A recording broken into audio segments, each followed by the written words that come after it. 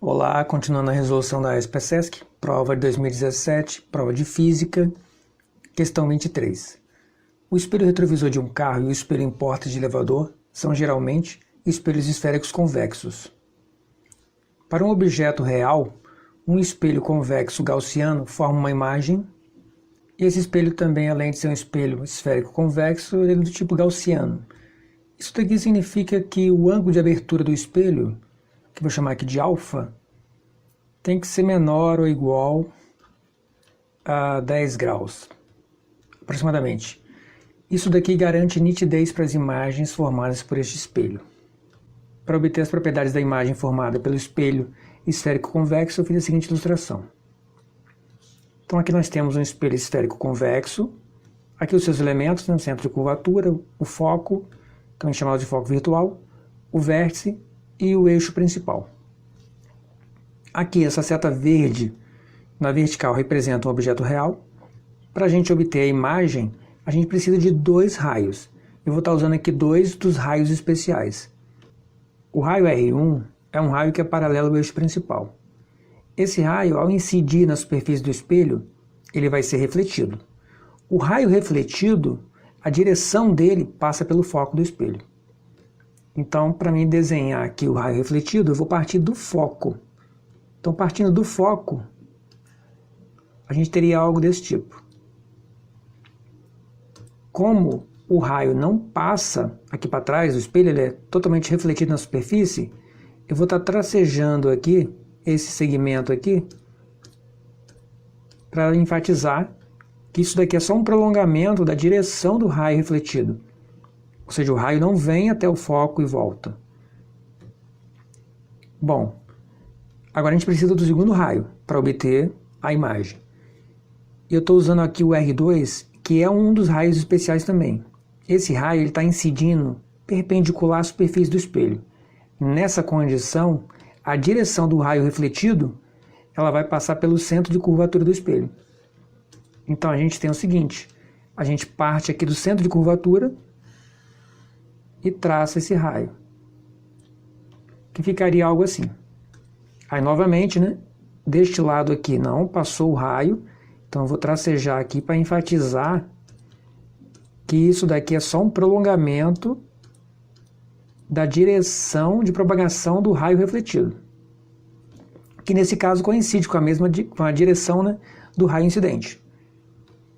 Tudo isso, essas propriedades, né, do raio paralelo, a direção do raio refletido passar pelo foco e o raio que incide perpendicular à superfície, a direção do refletido dele passar pelo centro de curvatura, isso tudo aqui é consequência da lei de reflexão. Então, se você quiser entender por que isso acontece, basta você aplicar a lei de reflexão, ou seja, que o ângulo de incidência é igual ao ângulo de reflexão. E, juntamente com um pouco de trigonometria, você vai conseguir verificar essas propriedades aqui desses raios. Por isso esses raios são chamados especiais, por eles passarem pelo foco e passarem pelo centro de curvatura do espelho. Ou seja, as direções dos raios refletidos, no caso. Bom, assim, se você observar, tem aqui um ponto no qual esses prolongamentos dos raios refletidos, eles se encontram. Se a gente olhar aqui para o lado do objeto, os raios refletidos, eles não vão convergir em ponto algum. Ou seja, esses raios refletidos não formam uma imagem. Mas a imagem, de fato, aqui ela é formada pelo prolongamento desses raios. Ou seja, esse ponto em comum aqui é onde está a imagem. Então a gente pode estar desenhando ela assim. Vou colocar na mesma cor, que é a cor do objeto. Então seria algo desse tipo. Então esta é a imagem do objeto. Repare que essa imagem ela é menor que o objeto.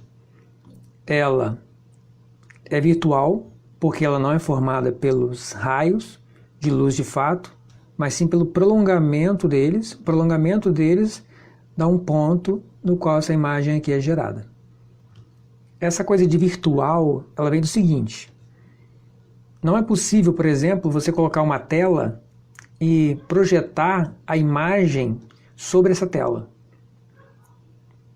A gente põe uma tela aqui, por exemplo, e esses raios, como eles convergem em algum ponto aqui, estando a tela nesse lugar, nesse ponto, a imagem vai ser formada sobre a tela. Então, nesse caso, a imagem seria real. Como aqui não acontece isso, ou seja, o prolongamento dos raios refletidos é que de fato gera uma imagem, ela não pode ser colocada sobre uma tela, esse tipo de imagem foi chamado de imagem virtual. Então é uma forma de distinguir a imagem virtual da imagem real. No caso de uma imagem real, então é uma forma de diferenciar uma imagem que é formada atrás do espelho para uma imagem que é formada na frente do espelho. Bom, aquilo ali já responde a questão, né? A imagem é menor, virtual, que a gente acabou de discutir agora, e tem mais uma coisa ainda, ela é direita. Esse direita significa que essa imagem ela tem a mesma orientação do objeto. Dentre as alternativas, a alternativa que melhor responde é a alternativa B, virtual e menor. A primeira aqui está dizendo que é real, não é.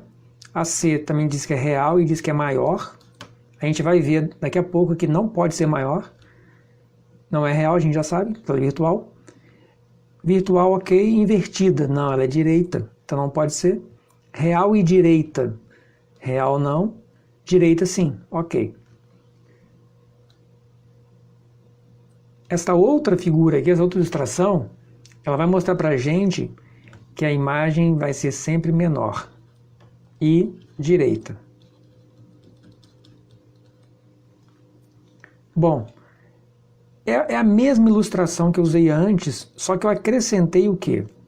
Eu coloquei essa outra seta aqui que representa o objeto agora se movimentando para cá. Ou seja, o objeto veio, a gente afastou o objeto, essa distância aqui agora, do espelho. Daí a gente vai ter a formação da imagem novamente.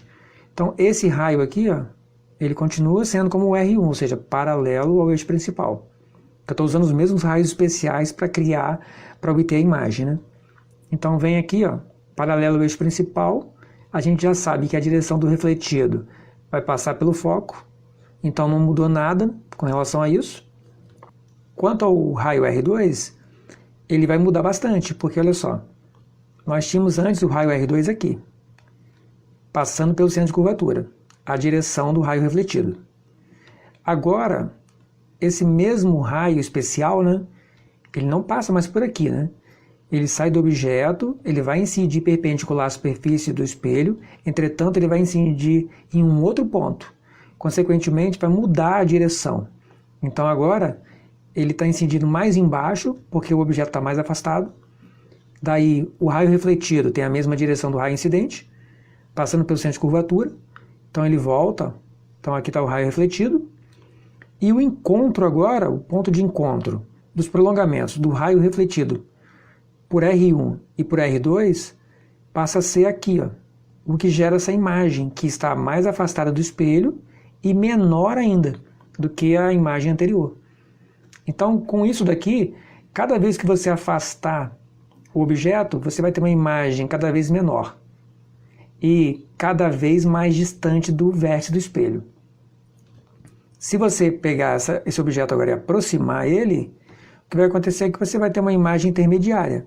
Ou seja, se você colocar o objeto aqui, ó, entre esses dois pontos, você vai ter uma imagem sendo formada aqui, entre a região dessas duas imagens aqui. Ou seja, a imagem vai ser sempre menor, ela vai ser sempre direita, que a orientação dela não muda, a mudança de posição do objeto com relação ao espelho não altera a orientação da imagem gerada. A imagem gerada tem sempre a mesma orientação, é sempre direita. No entanto, o tamanho da imagem, ele muda. Quanto mais afastado o objeto, menor é a imagem. Quanto mais você aproximar o objeto, maior vai ser a imagem, só que ela vai ser sempre menor que o objeto. No limite, ó, quando você estiver com o objeto aqui, ó, praticamente sobre o vértice, olhando só para o raio R1 aqui, a reflexão dele, a direção aqui do raio refletido, você já vai ver que a imagem gerada ela vai ser menor. Por exemplo, algo desse tipo aqui. Ó.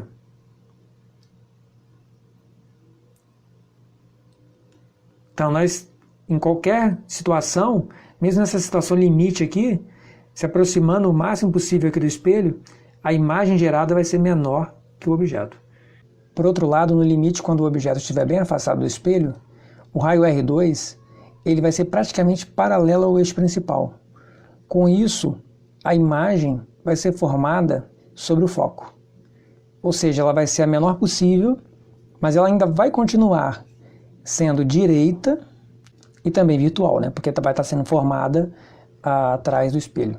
Ou seja, a imagem ela vai ser sempre menor, direita e virtual.